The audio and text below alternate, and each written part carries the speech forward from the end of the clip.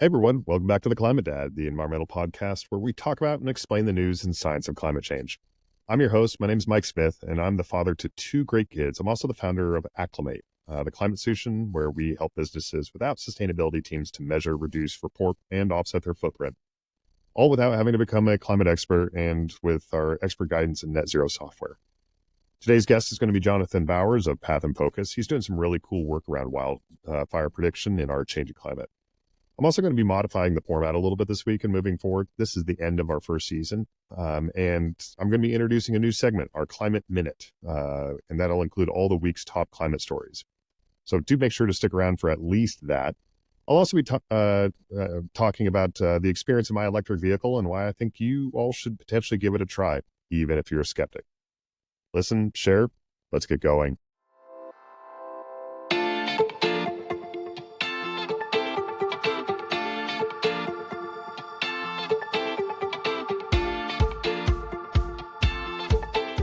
All right, so let's begin with our new segment.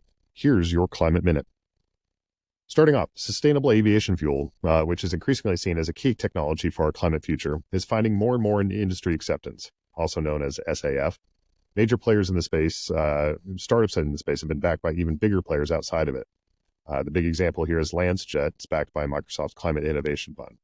News of the week is the Wall Street Journal is reporting that a competitor to LanceJet named 12 raised $645 million, and that's to expand its work, including for its Moses Lake facility in Washington state. Next event, Bloomberg Green is reporting that several major companies have quietly abandoned their sustainability commitments in the faces of challenges around data collection and in the profitability of, frankly, just ignoring what their negative environmental impacts are. The report highlights Morgan Stanley's billboards in Times Square a few years ago about their announcements around plastics financing, but that Morgan Stanley quietly shelved some of those goals based upon an inability to track their impact. Notably, they didn't abandon their climate commitments, which has shown some durability around those goals.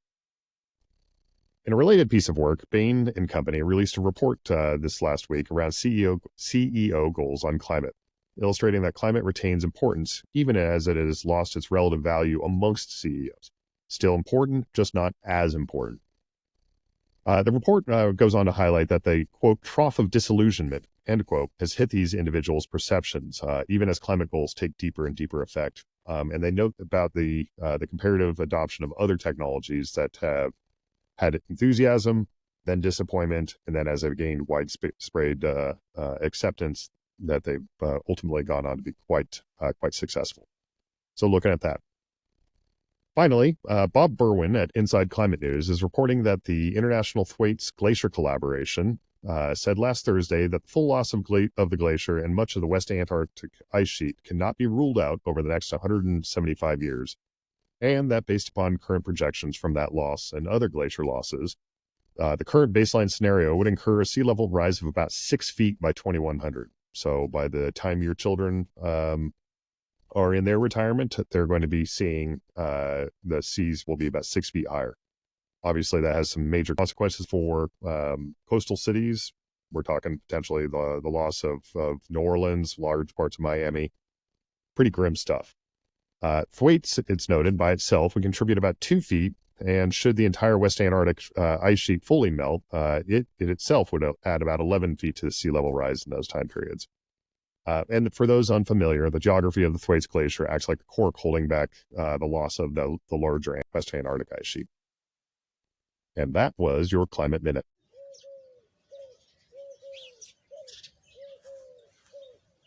So do you know what makes a car clean? Car wash. Here's your Climate Dad joke of the week, even if it's a bit of a groaner. I want to talk to you today a little bit about electric vehicles and their adoption. A recent article coming out from The Economist talked about how many people are currently favoring the purchasing of plug-in hybrids due to concerns about range and charging infrastructure. But that experts believe that these hybrids will ultimately fall away as infrastructure and prices improve, as the drawbacks to hybrids become relatively actually more of a disadvantage. So that's the news article. But let me tell you about my own personal experience with electric vehicles. I'm an EV owner, and I want to tell you how much I love my car. I'm not exactly the biggest gearhead, even though I used to fly airplanes. Like cars have never had a ton of fascination for me. But I did have the good fortune to buy my EV back in 2019. It was just before the pandemic, and kind of interestingly, for the few months after that, I watched as the value of my car increased. Really weird. Even now, though, 5 years after I bought it, the Kelley Blue Book value estimated is still about 55% of what I paid for it.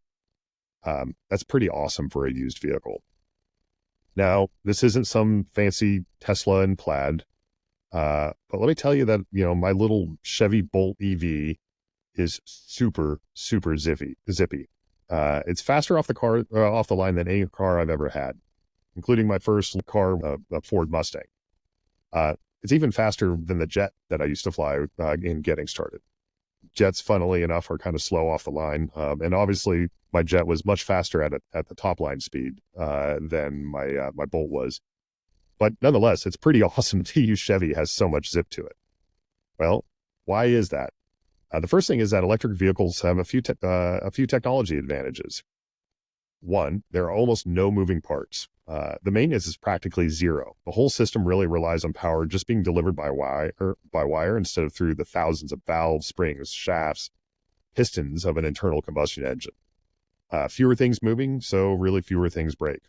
As a matter of fact, even though it has brake pads, you rarely go through those either because, like, the electric motors work in reverse during normal braking to recharge the battery instead of losing that energy as heat and rotor dust. So that's fun. Pretty much the only maintenance I have to do is to fill the washer fluid and to rotate the tires. Second, because there isn't a ramp up time for dumping fuel into the cylinders and for the pistons to fire when you press down on the accelerator, the acceleration is actually almost instantaneous. When I first bought the car, I chirped the tires quite a few times. Gone are the times when you lightly press on the accelerator in anticipation of an opening in traffic. When it's there, you press and you go. It's pretty simple. Third, I wake up with a full tank or the equivalent thereof every day. I haven't replaced my trips to the gas stations with trips to a charging station. They're just gone. I get hours of my life back every year. I don't have to sit there and huff all the fumes and, sit in the cold or the heat. Gas station trips just disappeared. I don't think of it as a trade-off for driving electric. I think of it as a better experience than an internal combustion engine. Fourth, because there's less mechanical stuff in the car, it's actually more spacious. My Chevy is simultaneously the smallest and the most spacious car I've ever had. If you know me, I'm a big guy. My call sign in the Navy was TAB, which the PC version was "That's a Big Boy," is what it stood for, TABB. I'm 6'5", and I've never been described as anything other than a very large person. But I can't put the seat all the way back in my little car because it would be difficult to reach the pedals. Even when I'm driving, my not small children or adults in the back seat have a ton of space in the back. There's just really not a question about legroom. I really enjoy driving it. So does my wife, who's a more normal human being. And, but we both angle to try to have that car on the day because we really enjoy driving it over our larger Ford Escape. Okay, so maybe you're still skeptical and you think I'm just really excitable about new tech. And to that, I'd say, no, that's actually my dad. He drove one of the first commercially available hybrids, the Honda Insight, that looks kind of like a little funny gray spaceship. He drove that for years. He loved that car. It served him well, but bluntly, it had a terrible ride. It went through a lot of batteries. It was so funny looking that it got my dad on the front page of the local section of the Idaho Statesman when I was a kid, which was my hometown newspaper. He's the guy that's willing to trade bad experiences and looking a little funny for new tech. Me, I need a reliable, affordable vehicle that gets my family around town and that doesn't have all the battery problems or the bad experiences. My Chevy Bolt does that.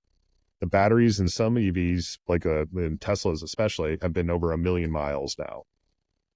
My Chevy Bolt has 280 miles of range, so it gets me around town reliably, all I need. We did try a few hybrids when we were looking for this car, and even though I was familiar with them, I really didn't like them. Why? Well, it's because they both need engines and batteries. And so because you didn't want to trade off, what you did trade is that they were heavy and they were cramped. They were sluggish to accelerate and they lost in interior space. I wasn't worried about the range, especially since our second car was an internal combustion engine, a Ford Escape. And so the thinking was at the time that we could still use that for road trips. And that experience is largely why I think hybrids will lose out in the long run. They're just not as much fun to drive, and you have some serious trade-offs for them. Well, what are the trade-offs for having my little EV? First is my Bolt's a two-wheel drive, so it's not great in the snow. I live in Denver, and that's a concern. So as a result, we don't drive that Bolt into the mountains in the winter. It's fine on city streets and there are other EVs. My sisters both have one that have all-wheel drive. So our next car will likely be that. Road trips, I have to admit, we're still mostly doing them in our Escape. We could do them in the Bolt, but we just haven't, mainly because it's our around town car, and we think of the Escape as our road trip car. But we've committed that, like, when we need to replace the Escape, we're going to look for something that's an EV with all-wheel drive and the range that we need to make those road trips a bit easier. Have you ever thought about like electric vehicle charging? Well, for us, we didn't even install a special charger in our home. We just use the level 1 charger that plugs into a normal electrical outlet. Even though it takes about 40 hours to go from a completely empty discharged battery to a fully charged one using that level of charger, you just come to realize like how much a car sits around. I've only had to take our car to a level 3 fast charger twice because we couldn't keep up. Like, I was driving so much that, like, even with the plugging in, I was still running out. Compared to what I was doing in gas station visits, that's like a super easy trade. If I drove more, I probably would have installed a level 2 charger. It would have cost about $1,000, and there were some rebates from the power company and from the state government. But like I said, we just didn't even need to spend the money. Had we had that kind of charger, it would have taken us about 7 hours to go from empty to full. So effectively, every night you go home, go to bed, plug it in, wake up fully charged. Much better for those of us that drive a little bit more. What about finding chargers on the road? Done that a little bit on some of those road trips. It's really not as hard as you'd think, but they're just not as easy as gas stations yet. And that's a yet. I use a few different apps to find places to charge. They're good, and the chargers are almost always working and near places I'd like to be, so it's not really that much of a trade-off. It does help that I live in a city. They're much easier to find all over Denver, Boulder, and other cities that I've visited. I've rented them when I've had to travel for work. But it is much harder in really rural areas. There's just not as much infrastructure there. That infrastructure is improving. One of my favorites is a company called Voltpost, V-O-L-T Post. What I really like about them is that they have a technology that you just plug into street lamps that effectively makes every street lamp a charger. They're growing. I would expect a lot of things like that to continue to come out. Anyways, when it's time to replace our Escape, there will be a little trade-off on road trips. I love taking road trips, and the charging will never be as fast, just based on technology, as a gas and go. But here's a few things. For short weekend trips, I'll maybe make one stop that weekend with a car having like a normal battery range, especially if I can plug in at the Airbnb or hotel I'm going to. I may not have to stop at all. Harder, of course, for the backpacking trips that my family likes to take, where, you park the car at a trailhead and then come back out. But in those cases, I'll probably just plan the post-hike burger that we get to be near the charging station. But for the really long trips, which we do every couple of years, and, like the Great Western Road Trip, I'll probably still just rent a gas engine car. I save so much money and time on running my EV, it's easy to just justify the expense of rental every couple of years for those long trips. So that's what I have to do. Plus, and this is a big plus to me, I never have to get emissions testing again.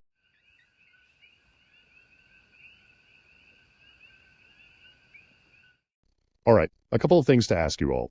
One very tiny thing that you can do about climate is share what you're learning from the Climate Dad. Go to your podcast app right now and rate, review, and share. It costs nothing but maybe 30 seconds. It'll help me keep growing my audience and helping to get the word out about things that we can all do on climate. And two, if you're feeling the upset of inaction or the pain of being required to report your footprint, we can make that all go away for you. We'd love to help you over here at Acclimate, where we have the easiest, most intuitive climate solution for your business. We'll get you a baseline environmental assessment, show you ways to reduce your carbon footprint, and we'll get you on the path to net zero. It'll help your environmental branding to win new customers. More importantly, it'll keep the most valuable ones that you already have, and they're probably making you report anyways. It'll help you attract and retain the talent you need from the climate generation. And our Green Business Certification Program will help you complete a sustainability audit and win certification with CDP, B Corp, EcoBetas, Green Business Benchmark, and more. Why not pump up those EcoBeta scores? And if you're looking to purchase carbon offsets but need a reliable carbon broker or carbon credit broker, we have the best carbon offset programs and the leading selection of sustainable projects on the web. Now, it's time to meet with today's guest, Jonathan Bowers of Path and Focus.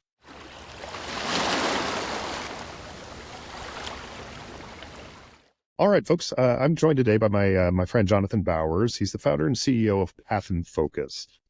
Path and Focus is an innovative tech company that's operating within the fire space, specifically wildfires, and helping to build resilience around wildfires and identifying where these wildfires are coming in our changing climate.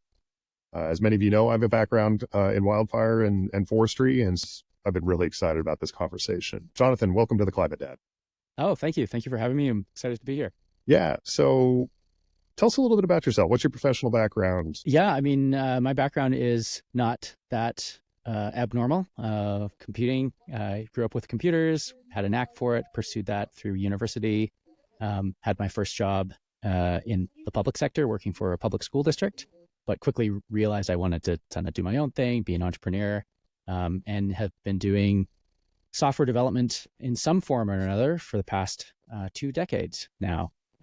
More recently, focused in climate and data visualization and big data and all of that stuff. So Jonathan and Path and Focus are located in Kamloops, British Columbia, which is a fairly forested part of the world.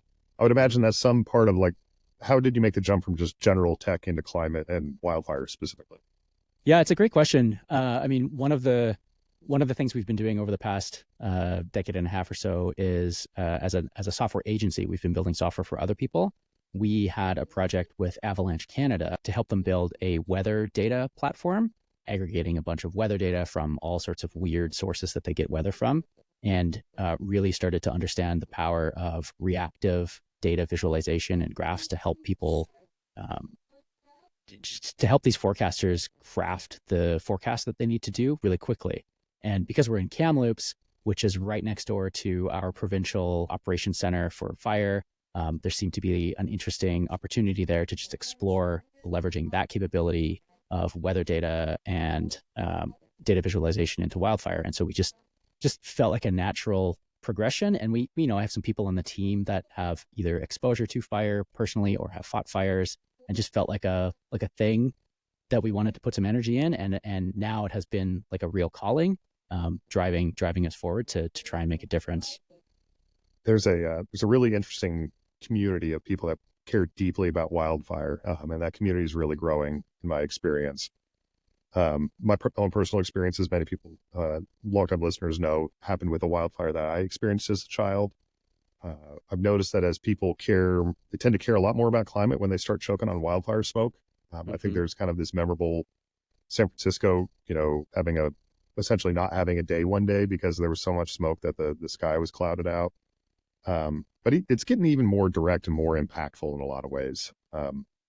Here in Colorado, a couple of years ago, it was a December morning. Everybody woke up. It was kind of a windy day. And by the end of the day, a town in Colorado had mostly disappeared, Superior, right here in the Front Range. And it kind of shocked everybody. And that was because of wildfire. So I think this is becoming a lot more personal. Have you had any personal experiences with wildfire? Yeah, so this is kind of an odd story. As a kid, I think I was 18, we were put on evacuation alert. In BC, there's just a couple of different stages of evacuation. We weren't fully evacuated, but we needed to get ready. And my dad has a funeral home, and we live right next to it. So we had to sort of figure out how to deal with that. And then last year, 2023 in BC and in Canada was one of the worst years we've had, or no, it was the worst year we've ever had on record. People on the East Coast in the States will know of all the smoke that we sent their way. But yeah, very, very devastating. We've had been on alert a number of times, ready to evacuate. We had the lake that I grew up on, one of the communities burn this year or last year. And in another community where we also spend a lot of time, the fire just jumped the lake, just jumped across the lake and started burning some homes on the other side of the lake, which was not something um, I think a lot of people were expecting to have happened. Yeah, we're starting to see a lot of extreme fire weather in Yeah. that case. Like here in Colorado, we had the East Troublesome Fire a couple of years ago, and historically, when firefighters are fighting fires, they look for natural breaks. Lakes are an example, rivers, roads, and if they don't have them, then they'll try to clear them. And the East Troublesome Fire, it had never happened before. It jumped the Continental Divide. It went from the west side of the divide to the east side of the divide, and it was just because of blowing embers. There was enough wind, and the fire was generating its own weather. You also see like people have been having a lot of these experiences, not just Superior, Colorado, but also Paradise, California, which was famous in the news a few years back. There's some really vivid images out of Fort McMurray in Alberta, Mhm. where people were trying to escape through the flames, fairly major city in northern Alberta, all brought about by climate. So, okay, so fire's scary, but what's, Yeah. but like that's a primal human thing, right? Yeah. Yeah. So, okay, so what do I do with this? Yeah. I mean, it's so funny. Like fire is scary. I still run into people who I think need to have the fire there in order to actually react. Like there's so much resistance to planning, um, um, and being prepared. But I think there's a lot of things that we can do to be prepared. There's a ton of work that you can do as a homeowner just around your home to reduce the fuel up against your property. And then at the more civic or strategic level, there's fuel mitigation work that can be done to just reduce the chances that fire develops into that sort of high intensity fire at your doorstep.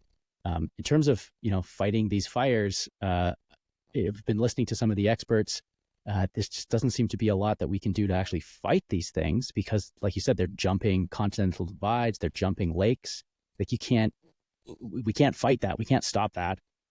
So how do we be more resilient towards it? How do we understand where it could go? Where are the risks, and what are some of the small steps that we can take to reduce the impact that it's going to have on our lives?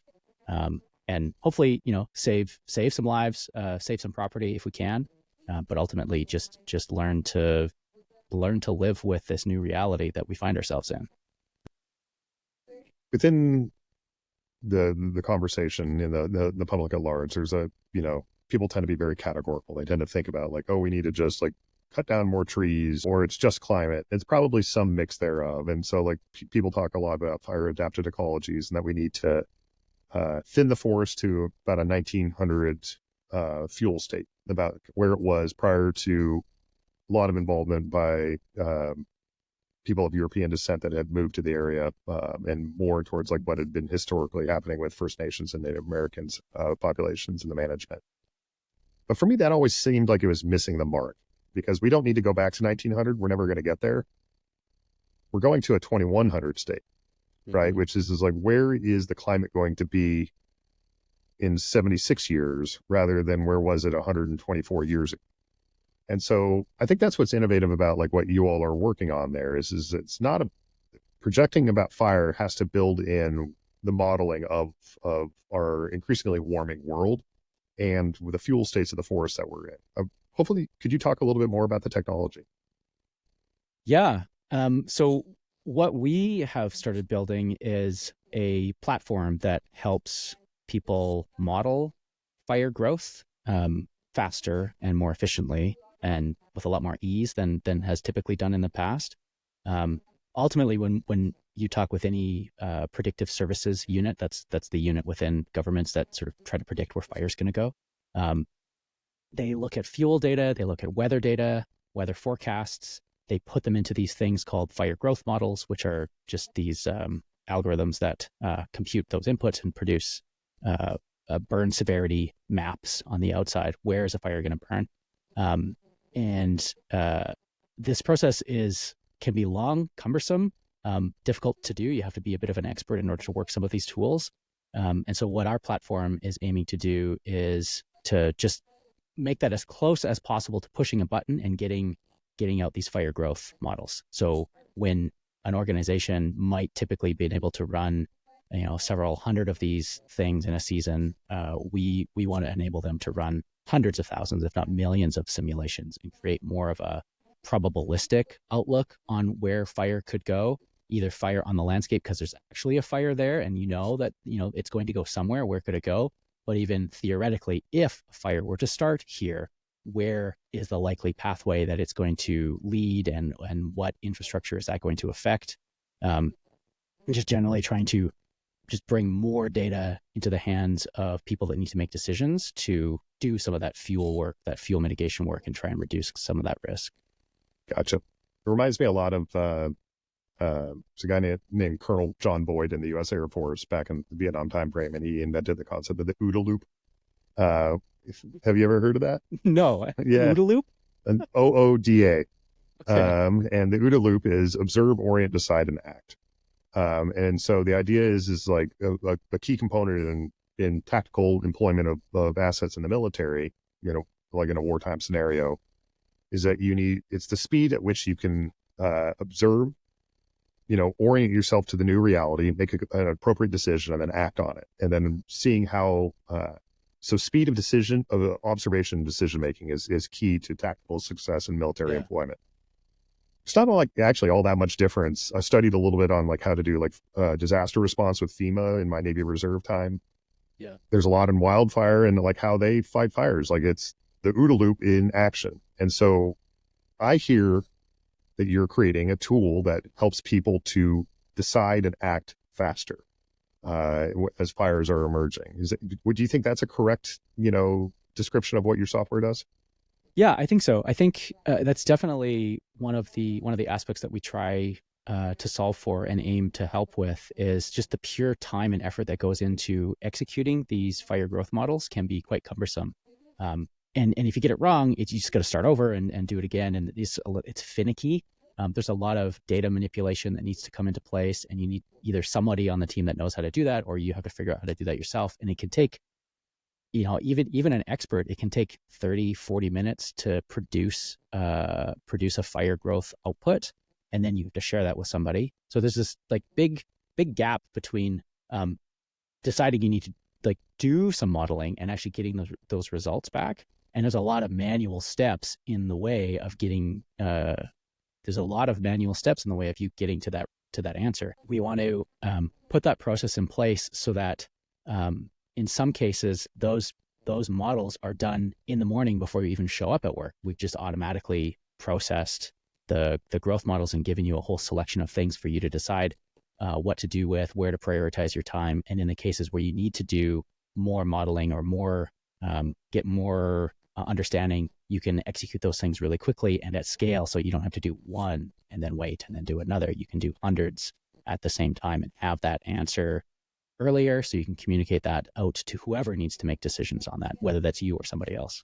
Well, that's interesting. I didn't even think about it, that you could do essentially a Monte Carlo simulation of projected outcomes associated with certain behaviors. Yeah, it's one of the pieces of feedback we've gotten from a potential customer early on is they're a suppression agency, so they will take weather data in, and you always need to put weather data into these things. But the problem with weather forecasts is they don't account for the fact that some of these fires are quite intense and can drive their own weather. And so they'll have their own weather forecasters producing, alternate forecasts to say, we think the wind is actually going to shift at 10 because the fire activity is so intense, it's going to drive that. So they'll craft new weather data that they feed into these models to see, okay, let's see what happens if that were true. Let's make it even more extreme. What happens if the forecasters were wrong and it's happening sooner and more, with higher speed of wind and higher temperature, lower humidity? Model all these things out. Try to get something that shows us some picture of what could possibly happen. That's one of the goals we try to do. And if we can do that on a fire that's on the landscape now, we could also do that for fire that is just potential and theoretical. And what are some of those extreme conditions under which that fire could lead to disastrous outcomes? How do we, and then make some decisions around that? And where do we prioritize our effort? Got it. So this is not purely an academic exercise. Actually, you're a company. You're doing this for a customer, and this is this is where startups exist, right? Is to take the theoretical and to make it into something real, to make it act from academic into operational. So who are the operational users of this? You talked about a fire suppression agency. So what is a fire suppression agency for the listeners at home? And then I guess who are some of the other customers you might be helping? Yeah. So, this isn't one of our customers, but people will know what CAL FIRE is, right? Like they're responsible for putting out fires and dealing with wildfires. So that would be a suppression agency. They deploy a number of resources, firefighters, tankers, helicopters, bulldozers, all of this stuff to try and stop fires from causing damage or manage fires anyways. So that would be a suppression agency. Those are the types of organizations that we're looking to service. We're also looking to democratize access to these kinds of wildfire modeling tools so that other smaller organizations can also benefit from those capabilities. So pushing some of that capability down to smaller organizations like municipalities, indigenous communities, and then also recognizing that if we can do really robust probabilistic modeling and look at fires that aren't even on the landscape, but the potential for landscape, or look at fires that have potential to start and where those could lead, there's a strong, I think, alignment with the insurance space and trying to create more opportunities for more people to get insurance. We know that the markets, particularly in California, are pretty awful for getting insurance. How can just having more insight and understanding into where the risk is, can we create more opportunities for more protection for people on their property? Yeah, we covered on a previous episode, I think it was episode 7, on insurance, and the fact that like in certain areas, flood risk, because of that, people like the insurance markets are starting to collapse. And in Florida, in California, because of wildfire risk, there's a lot of like uninsurability associated with a lot of these properties. And that maybe even faster than government action is actually going to change behavior in a lot of ways. But for a lot of people, this first of all, it's their home, right? They want to be there. Like nobody wants to be forced to move because of, potential environmental catastrophe. Right. And so like giving a little bit more fidelity to that, I think is really valuable from the business standpoint, but also from like a peace of mind. Do you have a product or something that, like the general public can engage with just to see kind of like where their fire risk is? Yeah. Great question. We do. It's sort of where a lot of this got started, is we built a little tool that took data that we found, basically sort of open data from the government that they were producing, very inaccessible, just basically like a series of CSV files. And we transformed that into something that people can visualize and look at on a map, made it very fast, very easy to access. So we have a tool called Lens that we allow basically anybody to use. It focuses mainly on Canada, but there's some application in North America as well. And it's just a tool to just give people access to understanding what is going on with fire. How is fire moving? What is it doing? It's not a tool to make emergency life and death decisions based on, but it does provide some insight. And a lot of people were using it, like I said, last year to just understand like what is this fire doing? Because it's really hard to sit back and abstractly look at smoke coming up over the hill and have a sense of what's going on. And when you use Lens and you can look through a timeline of hotspots and see fire sometimes just explode, it I think gives you a better appreciation for what is going on and the difficulty in actually trying to stop this thing, because it is massive and it just seems to grow like a bacteria, just eating its surroundings. And it's a awesome, in a maybe in a negative way, awesome thing to look at because it's just so powerful.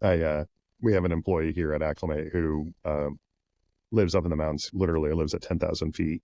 And, Oh, wow. But every so often there's a fire that kicks off somewhere around there. And he's not the most productive employee those days because he's pretty darn nervous about like what's going to happen to everything he owns. And, Yeah.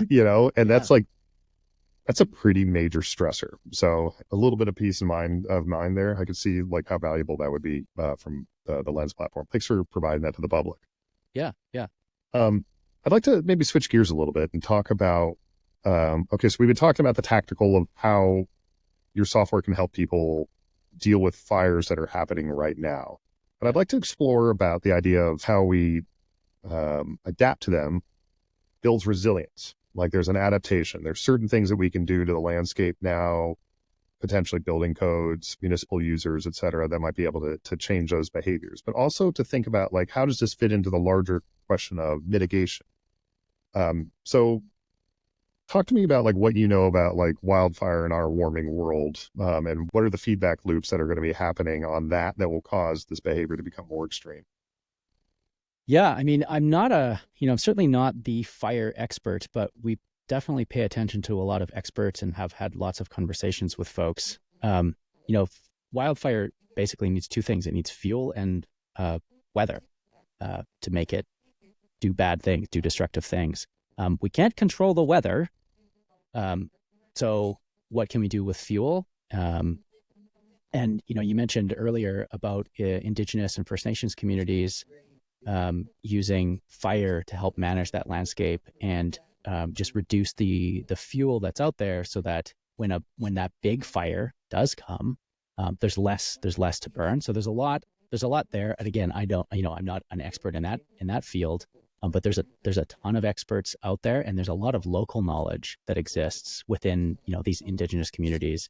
And particularly in Canada, there's been sort of this history of lack of collaboration and this sort of more colonial attitude towards indigenous communities. I think that is changing. There's definitely seems to be an air of change where they're looking to engage with these leaders more collaboratively and bring them into the process. But I think there's still a lot to do at the individual homeowner level. In Canada, we have this program called Fire Smart. There's just a bunch of resources that you can go and like a checklist of, do you have a pile of wood stacked up against your house? That's not a great place.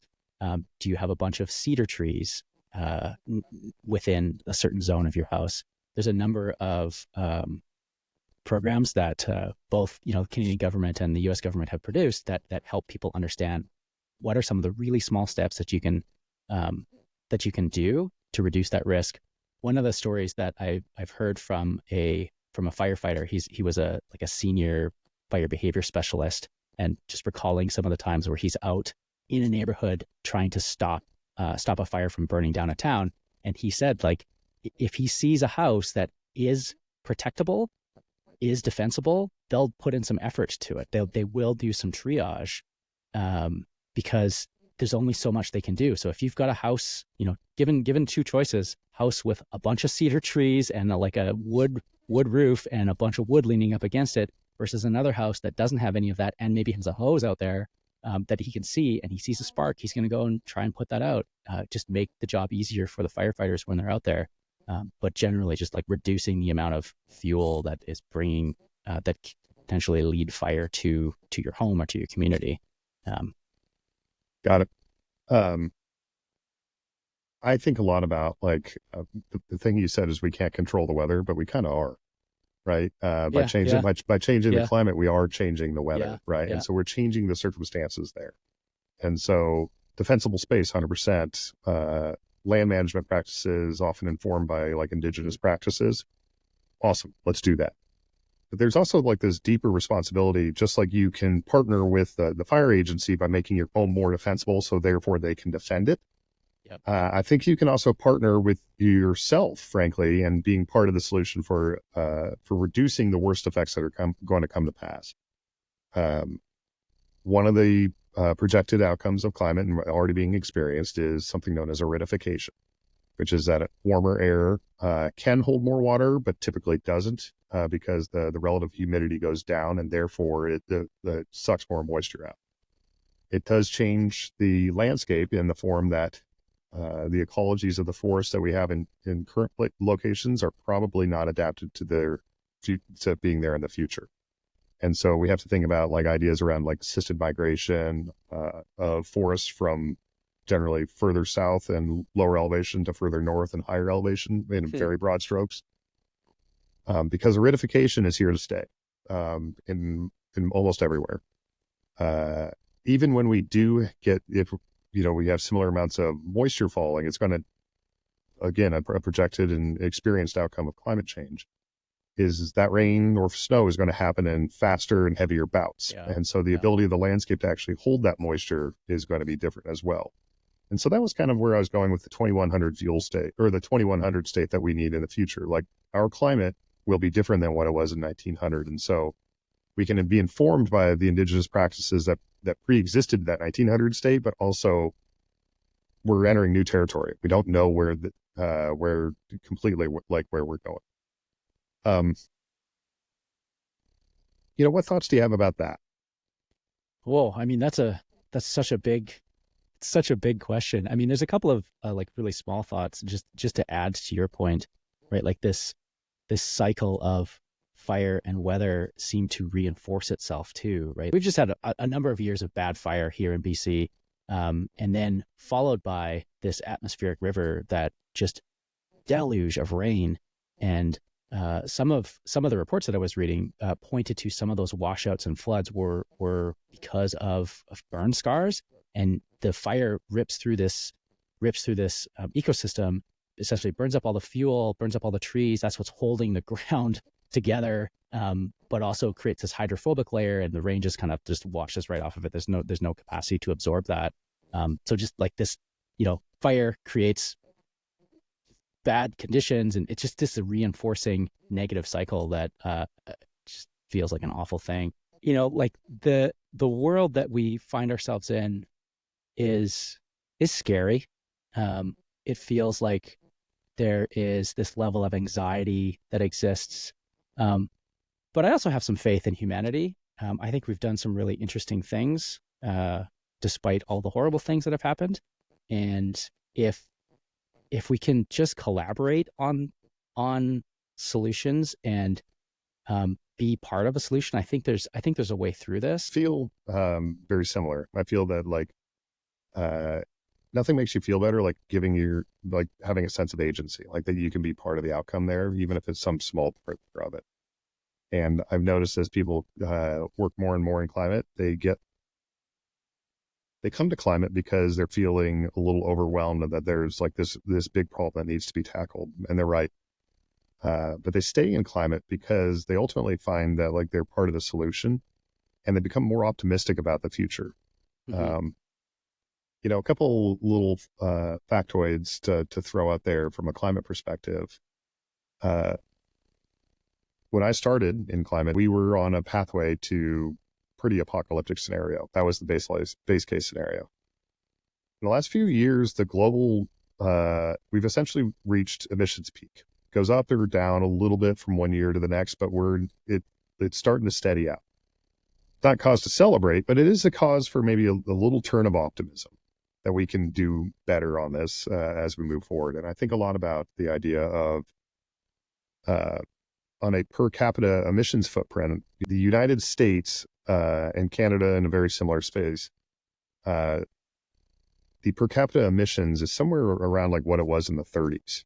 There's a lot more Americans than there were then, and Canadians too. But so as a result, our total emissions are much higher, but our per capita is roughly equivalent to like when 20% of the population didn't have running water in their homes.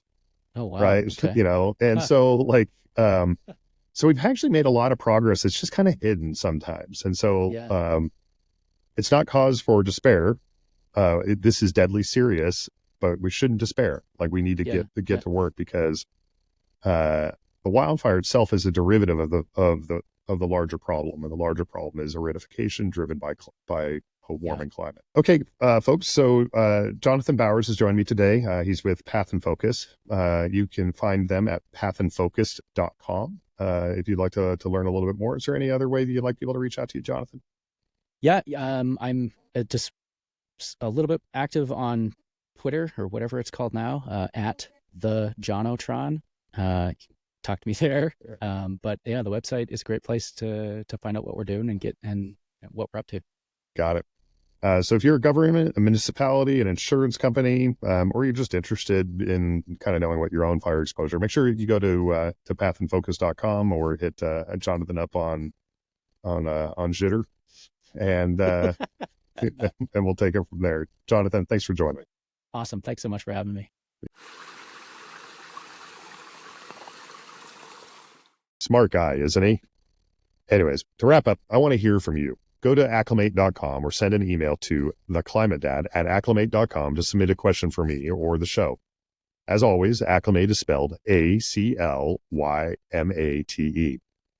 If your business needs help measuring, reducing, reporting, or offsetting your company's climate footprint, please reach out to our team here at Acclimate. We'll get you set up with the best, most affordable, and easiest climate solution again out there. I also want to thank you all for joining me on my first season here of The Climate Dad.